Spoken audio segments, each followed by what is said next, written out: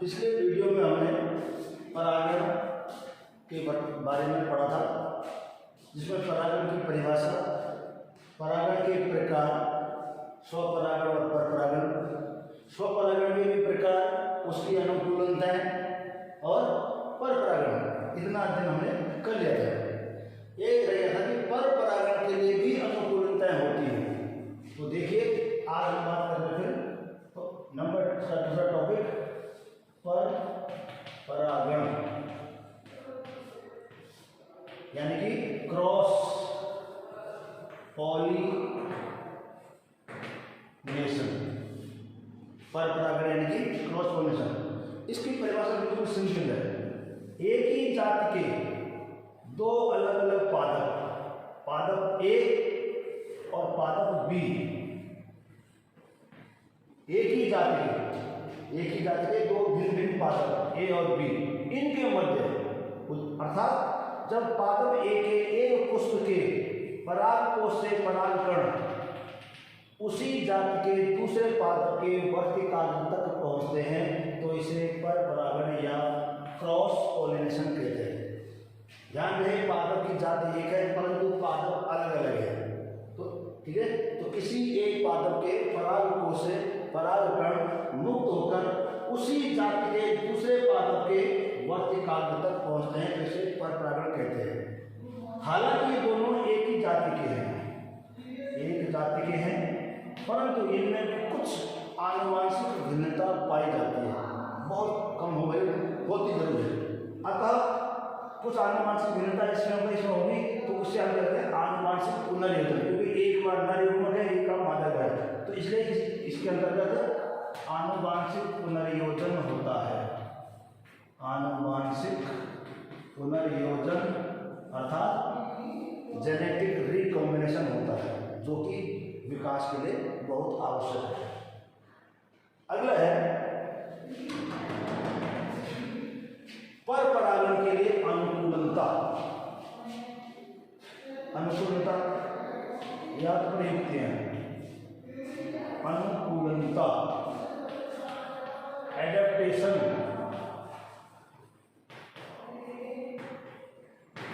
अर्थात वे कौन कौन सी प्रयुक्तियां हैं, कॉन्ट्रीवेंसेज हैं, एडेप्टेशंस हैं, जिनके कारण परपरागण ही होता है। पहला पॉइंट है इसमें स्वबंध्यता।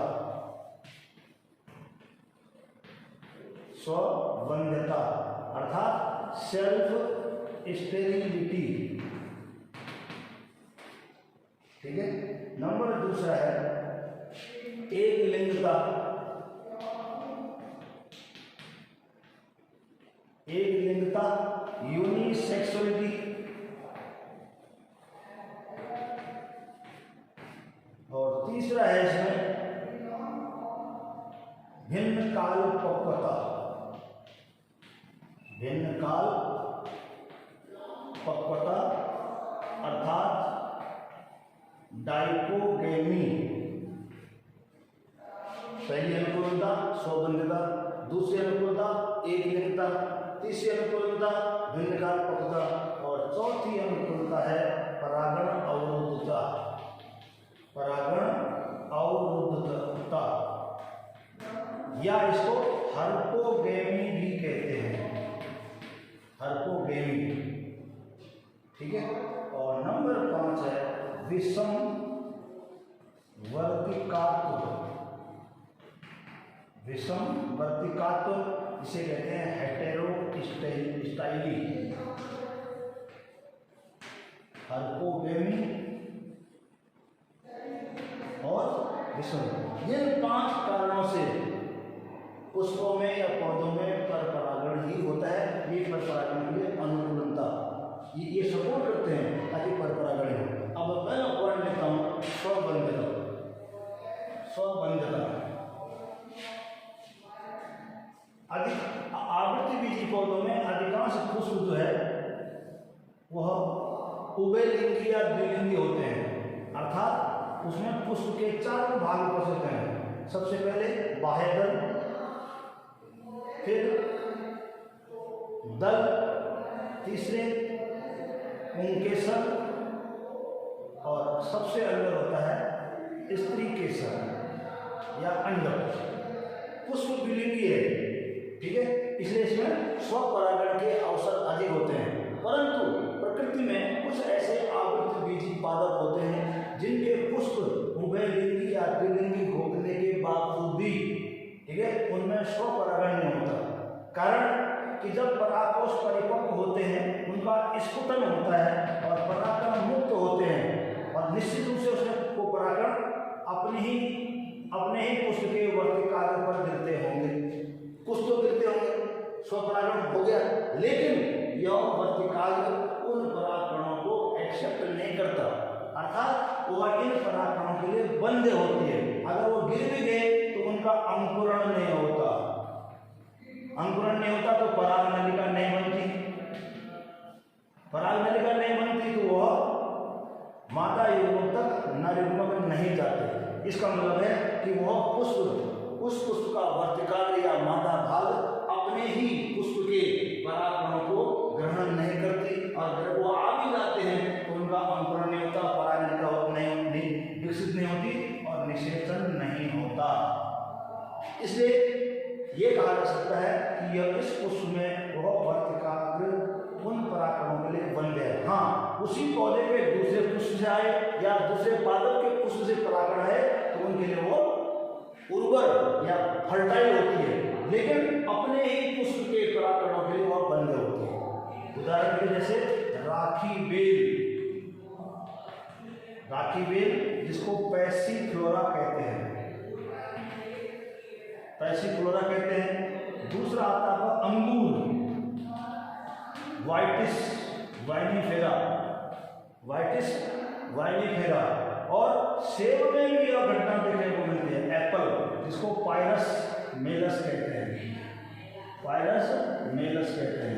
इसलिए ये सभी पौधे के पुष्प जो है वो उभयलिंगी हैं, लेकिन एक ही पुष्प के परागकण उसी पुष्प के वर्तिकाल को निषेचित नहीं कर पाते, इसलिए इसको कहते हैं आपका स्वबंध।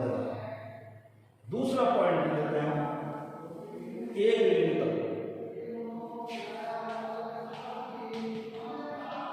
लिंगता अर्थात यूनिसेक्सुअलिटी। यूनिसेक्सुअल पुष्प क्या होता है आपको पता है कि जब किसी पादप के पुष्प के 4 भागों में से एक भी भाग अनुपस्थित होता है तो ऐसे पुष्प को हम अपूर्ण पुष्प या इनकम्प्लीट फ्लावर कहते हैं। जैसे इस पुष्प में क्या है, बाह्य दल कैलिक्स है, दल कोरोला है, ये बाह्य दल हो गए या कैलिक्स कहते हैं, ये दल हो गए जिनको कोरोला कहते हैं, और ये हो गया तीसरा चक्र जो है वो हो गया आपका पुंकेसर, और इनके समूह को कुमम कहते हैं। लेकिन इसमें चौथा चक्र अनुपस्थित है, स्त्री केसर या जायंत नहीं है, अर्थात यह पुष्प एक लिंगी है, ठीक है। इसी तरह इसी पादप के पर पुष्प ऐसे हो सकते हैं जिनमें बाह्य दल तो होगा, दल भी होगा और जायांग हो सकता है, ठीक है, लेकिन इसमें नर भाग नहीं है। इस वाले पुष्प में ए पुष्प में मादा भाग अनुपस्थित और बी वाले पुष्प में नर भाग अनुपस्थित है, क्योंकि ये तो हो गया बाह्य दल, ये हो गया दल, पुंकेसर नहीं है, और ये होगा स्त्री केसर। तो निश्चित रूप से जो पुष्प एक लिंगी होते हैं उसमें निश्चित से दूसरे पुष्प के परागण आएंगे, और इसका मतलब एक लिंगता पर परागण को बढ़ावा देती है, प्रमोट करती है, सपोर्ट करती है। इसलिए जिन पौधों में एक ही प्रकार के पुष्प होते हैं, ठीक है, उनका हमेशा पर परागण होता है। अब इसमें 2 कंडीशन है, जैसे कुकुरबिटेसी फूल है जिसमें अधिकांश सब्जियां आती हैं, कद्दू, काकड़ी, खीरा, मथिरा, टिंडा, लौकी, करेले, ये सब्जी परिवार या कद्दू परिवार कहा जाता है। इनमें क्या होता है कि एक ही बेल पर 2 तरह के पुष्प होते हैं, नर पुष्प भी होते हैं, मादा पुष्प होते हैं, नर पुष्प भी होते हैं और मादा पुष्प भी। माना ये नर पुष्प है तो इसमें केवल पुंकेसर होंगे, और ये अगर मादा पुष्प है इसमें केवल क्या होंगे, इसमें होंगे केवल स्थिर होगा। तो इसके परागण इसमें जाएंगे, हालांकि ये स्वपरागण के अंतर्गत सजात पुष्प में आता है, बिल्कुल लगे उसी पुष्प नहीं हो रहा। तो इसलिए दूसरा उदाहरण है कि ये तो हमने कह दिया स्वपरागण का एक प्रकार है कि एक पौधे के एक पुष्प से उसी पौधे के दूसरे प्रजाति सदा पुष्प कहलाता है, जो कि आनुवांशिक रूप से तो क्या है स्वपरागण है, परंतु पारिस्थितिक दृष्टि से परपरागण है। तो ये पारिस्थितिक से परपरागण, पौधा एक ही है, उसमें दो अलग अलग प्रकार के पुष्प हैं, नर पुष्प भी है मादा पुष्प भी है, ठीक है। तो इसके परागण इस पर जाते हैं। तो ये है सब्जी वाला वर्ग है अपना से। लेकिन मैं दूसरी बात कर रहा हूं, पपीता या खजूर या फिर जिम्नोस्पर्म में साइकस, ये साइकस जो है जिम्नोस्पर्म में है, हालांकि हम बात एंजियोस्पर्म की कर रहे हैं, फिर भी पपीता आवृत्ति पादप है, खजूर आवृत्ति पादप है। इसमें क्या होता है कि एक पादप एक नर पादप होता है, उसमें मादा भाग होता ही नहीं, अर्थात वो केवल नर पुष्प धारण करता है, और दूसरा पादप जो है वह मादा पादप है, उसमें केवल स्त्री केसर होता है, उसमें नर भाग नहीं होता। इसलिए इसमें निश्चित रूप से क्या होगा, परपरागण ही होगा, यानी एक पादप के नर पुष्प से पराग से मुक्त होकर किसी भी माध्यम द्वारा, वायु, जल, कीट या मनुष्य द्वारा वह दूसरे उसी जाति के दूसरे पादप के वर्तिकाल तक पहुंचते हैं। तो इस तरह से ये पादप केवल एक लिंगी पादप है, ये भी केवल एक लिंगी पादप है, पपीता और खजूर। हालांकि ये भी उदाहरण है, परंतु ये जिम्नोस्पर्म या अनावृत बीजी है। तो एक लिंगी वाला परपरागण को बढ़ावा देता है। तीसरा पॉइंट आ गया भिन्न काल पक्वता। भिन्न काल पक्वता अर्थात डाइकोगेमी। इसका मतलब स्पष्ट है, जंतुओं के मामले में अगर देखा जाए, इसका उदाहरण कैंचुआ का दे सकते हैं। आपने पिछली बार 11वीं कक्षा में कैंचुए के बारे में पढ़ा कि कैंचुआ एक उभयलिंगी प्राणी है, जिसमें मादा जननांग और नर जननांग दोनों पाए जाते हैं, ठीक है। परंतु कैंचुए में कभी भी स्वनिषेचन नहीं होता। अपने ही एक ही कैंचुए के शुक्राणु उसी के अंडाणु को निषेचित नहीं कर सकते, क्योंकि वो अलग अलग समय परिपक्व होते हैं। शुक्राणु पहले परिपक्व होते हैं, अंडाणु बाद में। इसलिए निषेचन के लिए दो कैंचुओं की आवश्यकता होती है, और वे एक दूसरे हेड ऑन टेल, इसका हेड इसके टेल की तरफ जो है इसे हो जाए। तो यही बात मैं आप पौधों में बता रहा हूँ, ये कैंचुआ जंतुओं का हो गया। भिन्न काल को बता, पुष्प उभयलिंगी है, अर्थात पुष्प में दोनों प्रकार के जननांग हैं, दोनों प्रकार के जननांग हैं, पुंकेसर भी हैं और स्त्री केसर भी है, स्त्री केसर भी है, परंतु दोनों के परिपक्व होने का समय अलग अलग है। या तो नर भाग पुंकेसर पहले परिपक्व हो जाएगा, पुंकेसर पहले परिपक्व होगा, तो मादा भाग स्त्री केसर या वर्तिकाल कभी कच्ची अवस्था में होगा, अनराइप। और दूसरे में स्त्री केसर या वर्तिकाल पहले परिपक्व हो जाएगा, तो पहले परिपक्व हो जाएगा, लेकिन परागण अभी भी परिपक्व नहीं पाते। इसलिए अलग अलग समय में परिपक्व होने के कारण इनमें स्वपरागण नहीं होता। क्या होता है इनमें? परपरागण होता है। इसका मतलब इसमें भी दो कंडीशन हो सकती हैं। पहला नंबर 1 पुंपूर्वता, पुंपूर्वता, पुंपूर्वता अर्थात पुंकेसर का पहले परिपक्व होना, जिसको अंग्रेजी में कहा जाता है प्रोटेंड्री, प्रोटेंड्री, पुंपूर्वता। इसका मतलब इसमें पुंकेसर और उसके ऊपर परागकोश है, इसके अंदर परागकण पहले परिपक्व हो जाते हैं, पहले परिपक्व हो जाते हैं, जो कि परपरागण के कारण होता है। तो इस घटना को पुंपूर्वता कहते हैं। जैसे गुड़हल, उदाहरण में गुड़हल, कपास, सूरजमुखी, ये इसके उत्तम उदाहरण है। इन प्रकार के पुष्पों में ये सब उभयलिंगी हैं, गुड़हल भी है, कपास भी है, सूरजमुखी भी है, ठीक है। इनमें पहले नर भाग यानी पुंकेसर पहले परिपक्व हो जाता है, परागण खत्म हो जाता है, लेकिन स्त्री केसर अभी परिपक्व नहीं है। और दूसरा नाम आ गया स्त्री पूर्वता। अर्थात protogyny. Proto means first, proto या प्रोटेंड्री, एंडोसियम पहले परिपक्व, प्रोटोगाइनी गाइनोसियम पहले परिपक्व। तो इस प्रकार के पुष्प में पहले वर्तिकाग्र या स्त्री केसर परिपक्व हो जाता है, परंतु पुंकेसर अभी भी परिपक्व नहीं हुए हैं। इस प्रकार की घटना को स्त्री पूर्वता कहते हैं। अर्थात तो हमारा टॉपिक है भिन्न काल पद्धता, या तो पुंकेसर पहले परिपक्व होगा जैसे इन मामले में, और दूसरी घटना की या तो स्त्री केसर पहले परिपक्व होगा मादा भाग। तो इसमें और इसका सबसे अच्छा उदाहरण है आपके ब्रेसिकेसी या शंकुशी फेरी भी कहते हैं, सरसों वाला फूल, उसमें ऐसा घटना होती है। या फिर इसमें रोजेसी, इसमें गुलाब या नाशपाती, सेब, इनमें भी ऐसी घटना होती है। कौन सा? रोजेसी। इन स्कूल के सदस्यों में स्त्री भाग यानी कि मादा भाग पहले परिपक्व होता है, इस कारण यहाँ स्वपरागण होता है, परपरागण होता है। तो तीन घटनाएं होगी, नंबर 1 स्वबंधता, नंबर 2 एकलिंगता, और नंबर 3 भिन्न काल पक्वता। इसके दो भाग हैं, ए और बी, पहला पूर्वता और दूसरा स्त्रीपूर्वता। चौथा जो अनुकूलन है उसका नाम है परागण अवरुद्धता। परागण अवरुद्धता अर्थात हार्पोगेनी। नंबर 4 परागण अवरुद्धता, जिसको हार्पोगेनी भी कहते हैं।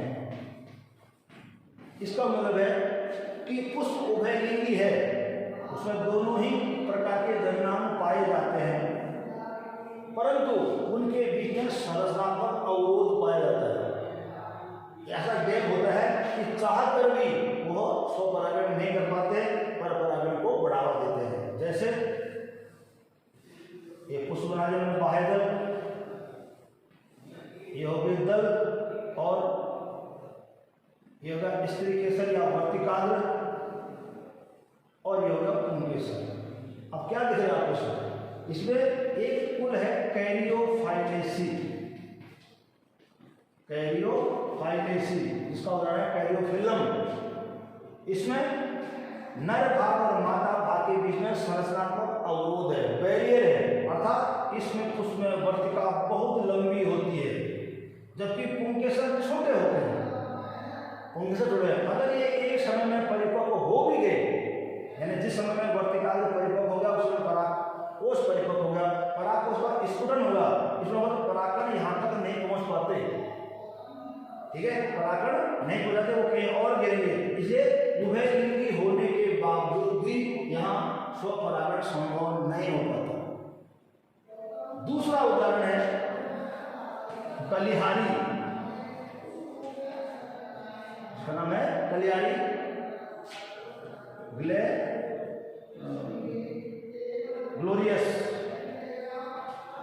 ग्लोरियस। इसमें क्या होता है कि इसमें संरचनात्मक अवरोध तो नहीं होता, अर्थात स्त्री केसर, मादा भाग और पुंकेसर लगभग समान आकार के होते हैं, परंतु परागकोश का स्फुटन इतनी तेजी से होता है, उसका स्फुटन की परागकण नजदीक में गिरकर दूर गिरते हैं, इसलिए वो अपने स्त्री केसर पर पहुंच नहीं पाते। ठीक है, तो ये क्रियात्मक हो गया, ये होगा संरचना। तो कहना ना परागण को अवरुद्ध करने के लिए परागण अवरुद्धता या हार्पोगेनी कहते हैं। और इसमें दो उदाहरण हैं, कैरियोफाइलेसी का कैरियोफाइलम में, जिसमें वर्तिका बहुत लंबी होती है, पुंकेसर छोटे होते हैं, तो चाहकर भी अगर इसका स्फुटन हो जाए तो परागण यहाँ तक नहीं पहुँच पाते, स्वपरागण नहीं होता, इसलिए परपरागण होता है। जबकि कलिहारी या ग्लोरियस में क्या होता है, इसमें भले वो समान आकार के हों, परंतु परागकोश का स्फुटन क्या होता है, बहुत तेजी से होता है, विस्फोटक ढंग से होता है, वायलेंटली, और परागण इतनी दूर जाके गिरते भी पास गिरते ही नहीं है। तो जब कोई भी परागण इस पर नहीं गिरेगा तो निश्चित रूप से स्वपरागण नहीं होगा। तो इस प्रकार से परपरागण की परिभाषा और उसके लिए 5 अनुकूलन आपको बताइए ये है। अब अगला टॉपिक है परागण की विधियां, मेथड्स ऑफ पॉलिनेशन। परागण की विधियां।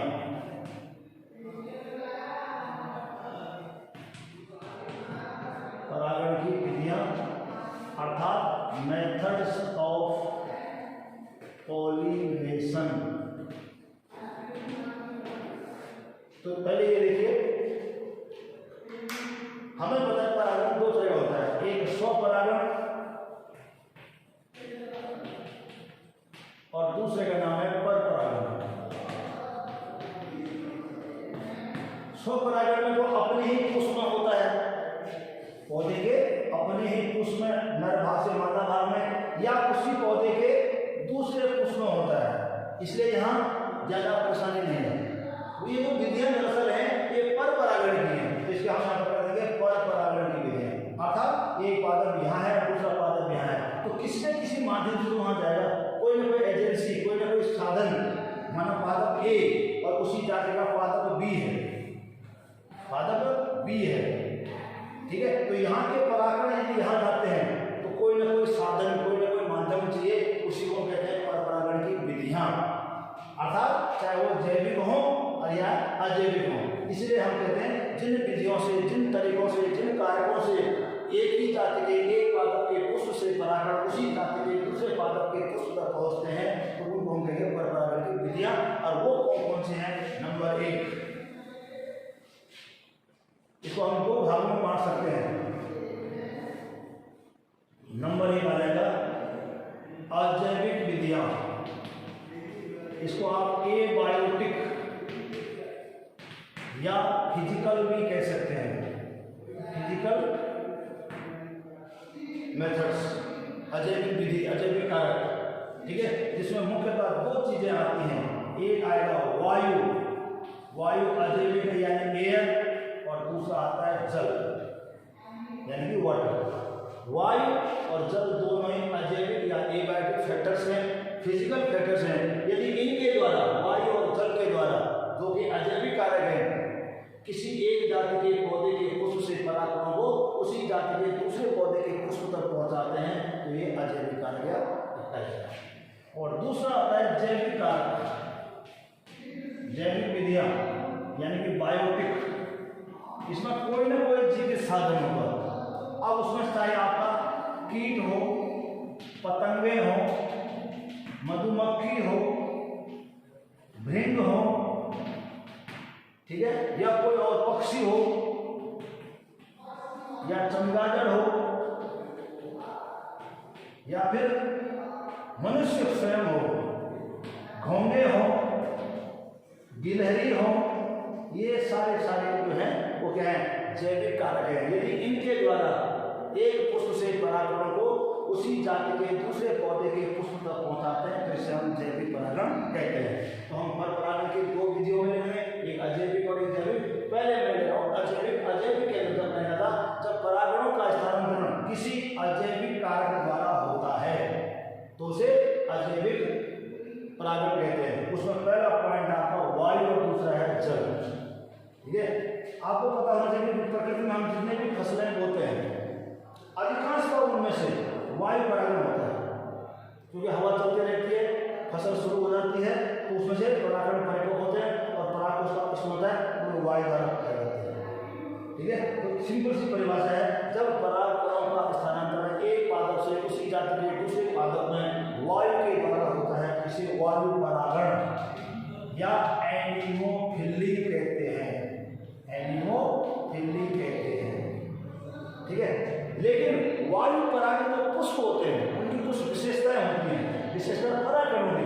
नंबर 1, वायु परागित पुष्पों के परागण छोटे होते हैं, बहुत छोटे, ताकि वो हवा में आसानी से उड़ जाए, भारी नहीं होने चाहिए, छोटे होते हैं, छोटे होते हैं।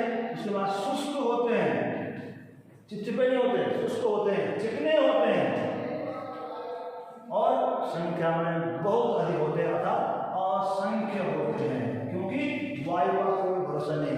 वायु कभी दाएं से बाएं, कभी उत्तर से दक्षिण, कभी पूर्व से पश्चिम हो जाए, तो पता चला कि अगर परागण सीमित मात्रा में बने और वे परागण नहीं कर पाए तो फसल नहीं होगी या ये होगा। इसलिए वायु परागित पुष्पों के परागण छोटे होते हैं, शुष्क होते हैं, चिकने होते हैं और असंख्य मात्रा में होते हैं, ताकि कुछ ही परागण में अगर पहुंच जाए तो परागण की क्रिया संपन्न हो जाए। हाँ, एक और है, ऐसे पुष्प ज्यादा आकर्षक नहीं होते, चमकीले चमकीले रंग के आकर्षक नहीं होते, चमकीले नहीं होते, ठीक है, और नहीं उनमें कोई मकरंद या कोई अन्य पदार्थ पाया जाता है, क्योंकि ये ऐसा होना जैविक कारकों को आकर्षित करता है। वायु चूंकि अजैविक कारक है, उसके लिए क्या पुष्प चमकीला हो या कोई आकर्षक हो या मकरंद की कोई आवश्यकता नहीं होती, क्योंकि यह एक अजैविक कारक है। साथ ही साथ वायु परागी जो पुष्प होते हैं उनके जो वर्तिकाएं होती हैं, वर्तिका और वर्तिकाग्र जो होते हैं वो भी विशेष बनावट के होते हैं। जैसे कैसे होती हो वर्तिकाग्र, पक्षमाभी अर्थात सीजेटेड, हेयरी, रोमिल, ताकि वे अधिक से अधिक परागण को ग्रहण कर सके, और किसी में तो ब्रुश के जैसा भी हो सकता है। तो पक्षमाभी हो, रोमिल हो या ब्रुश जैसा हो, इसका एकमात्र उद्देश्य है कि वह परागण को अधिक से अधिक मात्रा में ग्रहण कर सके। ठीक है, वायु परागण। अब आ जाओ दूसरा जल परागण। जल परागकणों का स्थानांतरण किसके द्वारा हो? जल के माध्यम से हो, तो उसे हम जल परागण कहते हैं, अर्थात इसे कहते हैं हाइड्रोफिली। जल द्वारा परागण। लेकिन एक चीज और बता दें कि जितने भी पौधे जल में उगते हैं उन सब में जल परागण नहीं होता। कुछ उदाहरण ऐसे हैं, जैसे पोटेमोजिटॉन,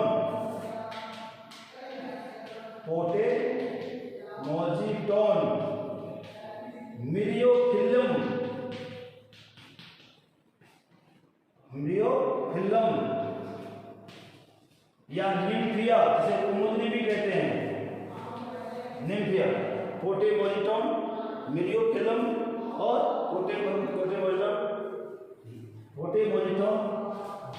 पोटेमोजिटॉन ये पौधे जल में उगते जरूर हैं, परंतु इनमें जल द्वारा परागण का कारण कि ये पौधे जल में तो भले उगते हैं, लेकिन इनके ऊपर जो है, इनके पुष्प जल से ऊपर पाए जाते हैं, तो इसलिए या तो वायु परागण होता है या फिर कीड़ा। जैसे निम्फिया में कीट परागण होता है और इन दोनों में वायु परागण होता है। बस इतना ही सिर्फ है कि ये पौधे जल में उगते हैं, पौधे केवल जल में उगते हैं, लेकिन इनके पुष्प जल की सतह से ऊपर होते हैं, तो निश्चित रूप से या तो उनमें वायु परागण होगा या फिर कीट परागण होगा, कोई और तरीके से होगा। जैसे पोटेमोजिटॉन मिरियोफिल्लम में होता है वायु परागण और निम्फिया में होता है कीट परागण। हम असली परागण की बात कर रहे हैं आपके, तो ये था कि जरूरी नहीं कि जितने भी पौधे जल में उगे उन सब में जल परागण ही हो। जल परागण को भी दो भागों में बांटा जा सकता है। पहला है अधो जल परागण। अधो, हमने बार बार इस शब्द का प्रयोग, अधो माने हमेशा होता है नीचे, अधो जल परागण। और दूसरा अधि जल परागण, अधि माने ऊपर, अधि जल परागण। अधो अंग्रेजी में कहेंगे हाइप या हाइड्रोफिली, तो इसको हाइड्रोफिली कहते हैं, और इसे एप हाइड्रोफिली, एप के ऊपर होता है हाइड्रोफिली। अब मैं इसकी बात करूँ अधो जल परागण। वास्तविक जल परागण यही है, क्योंकि इसमें तो पौधे होते हैं वे जल की सतह के नीचे होते हैं, जैसे आपका जूस टेरा, सेरेटोफिलम, ये पौधे जो है पूर्णतया जल के नीचे होते हैं। इसे जब एक पुष्प के से परागण स्फुट होते हैं तो जल की धारा में बहते हुए दूसरे पुष्प के वर्तिका तक पहुंचते हैं। हालांकि यहाँ के परागण असंख्य संख्या में होते हैं, ताकि वे जल के साथ बह जाते हैं, लेकिन पुष्प तो परागण पहुंच जाए। तो यहाँ पुष्प जो है वो हमेशा जल के नीचे ही है, ठीक है, जिसको अधो जल परागण। एक प्रकार से देखा जाए असली जल परागण यही है। और दूसरा है अजर, इसका उदाहरण है वेलिस नेरिया में क्या होता है कि नर और मादा पादप ठीक है, वह जल के नीचे ही होते हैं, जल के नीचे होते हैं। लेकिन जब नर क्या करता है, परागकोश का स्पर्श होता है, परागकण मुक्त करता है, तो वे हल्के होते हैं और वे जल की सतह पर आकर तैरने लगते हैं। नर पादप के परागकोश के स्फुटन के बाद मुक्त हुए परागकण हल्के होकर ऊपर आ जाते हैं और जल के सतह तैरते हैं। साइमल्टेनियसली इत्तेफाक से उसी समय जो मादा पादप होता है उसके जो पुष्पवृंत जो है वह खुल जाता है और ऊपर चल जाता है और वह नर परागकणों को ग्रहण कर लेता है, कुंडलित होता है और वह, ठीक है। तो परागकण जो यहाँ हो जाते हैं और उसके बाद वो उसको ग्रहण करता है, माता को सुन जाता है। तो यहाँ सतह पर होता है, अदर सतह पर होता है, ठीक है। वैलिस एरिया में इसका जो है जल, इसलिए इसको सतही जल परागण भी कह सकते हैं।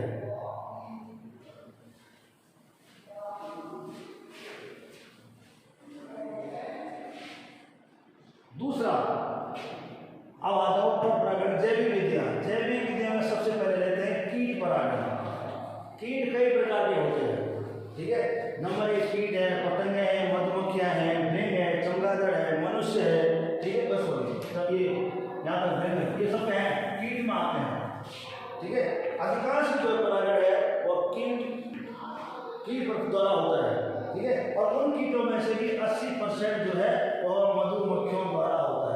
किसी द्वारा होता है? मधुमक्खी द्वारा, क्योंकि वे शहद बनाते हैं और एक पुष्प से दूसरे पुष्प लाकर अपने मुंह में लाते हैं, लाल ग्रंथियों में लाकर छत्ते को उड़ाते हैं। तो ये कीट परागण पुष्प। हाँ, कीट परागण वाले पुष्पों की सबसे बड़ा है वे आकर्षक होते हैं, चमकीले या चटकीले कलर के होते हैं, लाल, पीले, नीले, इस तरह आकर्षक, चटकीले और मकरंद युक्त होते हैं, क्योंकि कीट जो है वो मकरंद और परागकणों को खाने की लालच मांगते हैं और एक पुष्प से दूसरे को जलाते हैं और परागण की क्रिया करते हैं, ठीक है। सालविया उसमें होगा, आग हो गया, ठीक है। ये कुछ इसके उदाहरण है। अब अगला आता है कि दूसरा आता है पक्षी परागण। पक्षी परागण, कीट परागण को एंटेमोफिली भी कहते हैं। अब आता है पक्षी परागण। पक्षी मीन्स ऑर्निथोफिली, पक्षियों के वाले को ऑर्निथोलॉजिस्ट कहते हैं। पक्षी परागण, कई ऐसे पुष्प होते हैं जिनमें पक्षी, क्योंकि पक्षी भी मकरंद और पराग कणों को खाने के लिए आते हैं, तो वे खाने के लिए आते हैं, एक पुष्प से दूसरे पुष्प से दूसरे पुष्प से तीसरे उड़ाते हैं और इस तरह से क्या करते हैं, परागण की क्रिया करते हैं, ठीक है। इनमें से सबसे आपने देखा होगा हमिंग बर्ड या गुंजन पक्षी, हमिंग बर्ड या गुंजन पक्षी, जो कि अक्सर केवल परागकण ही खाते हैं, मकरंद ही खाता है, और यह ऐसा पक्षी को दोनों दिशाओं में उड़ सकता है, हमिंग बर्ड और गुंजन पक्षी। दूसरा सनबर्ड, ये ऐसे हैं जो केवल फूलों पर ही निर्भर करते हैं और ऐसे पुष्प हमेशा मैंने कहा ये भी आकर्षक होते हैं, चटकीले रंग के होते हैं, मकरंद युक्त होते हैं, ताकि पक्षी उस लालच में आता है और परागण की क्रिया कर जाता है। तो जैविक में पहला हो गया आपका कीट परागण, दूसरा हो गया पक्षी परागण, तीसरा आता है चमगादड़ परागण।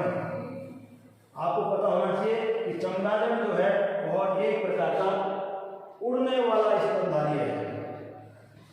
चमगादड़ परागण, ठीक है, इसको कहते हैं आपका चायरोप्टेरोफिली, चमगादड़ परागण। यह रात्रिचर, नॉक्टर्नल इनहैबिट, रात्रिचर है, उड़ने वाला है और स्तनपायी यानी कि स्तनधारी है, और यह भी नंबर 1 फूलों का रस यानी कि मकरंद, और कीटों को, कई कीट फूलों पर होते हैं, तो फूलों के रस और कीटों की खोज में रात को उड़ता है और एक पुष्प से दूसरे पुष्प पर, दूसरे पुष्प से तीसरे पुष्प पर ऐसा करते रहते हैं अपना करता है और शासन परागण करते जाता है। जैसे कदम्ब, एंथोसिपोलिस कहते हैं, कचनार, बोहिनिया हो गया, कचनार बोहिनिया हो गया, गोरख इमली, गोरख इमली, ठीक है। तो कदम हो गया, कचनार हो गया, गोरख इमली हो गया और बालम खीरा, ये ऐसे पुष्प हैं जो पुष्प रात को खिलते हैं और चमगादड़ इन पर जो है इनसे फूलों का रस या कीट प्राप्त हो जाता है, वो एक पौधे से दूसरे पौधे जाता है, ठीक है, पेड़ जाता है और शाखा परागण कर देता है। और इसके अलावा नंबर 4 लिखते हैं अन्य जीवों द्वारा, मनुष्य तो करता ही करता है अपने वैज्ञानिक कार्य के लिए, तो मानव द्वारा, जंतु द्वारा। और अगला चौथा लेता हूँ मैं, अन्य जंतुओं द्वारा, अन्य जंतुओं द्वारा, उसमें सबको हम एक ही हेडिंग में डाल देंगे, बाय अदर एनिमल्स, जूथिली, तो इसमें इंसान भी आ गया और जाएगा। उदाहरण के लिए, ठीक है, घोंगे या स्नेल, घोंगे या स्नेल होते हैं, ये सर्प वृक्ष में क्या करता है, परागण की क्रिया करता है। दूसरा क्या है कि गिलहरी है जो कि सेमल और आर्किड में करता है। तो इस प्रकार से जैविक विधियों में 4 हो गए, नंबर 1 कीट परागण, नंबर 2 उनके बाद पक्षी परागण, चमगादड़ परागण और अन्य जंतुओं में इंसान भी सकता है, घोंगे, गिलहरी ये भी आ सकते हैं। तो आज के लिए इतना ही है और इसको अध्ययन कीजिए, इसका नोट्स बनाइए।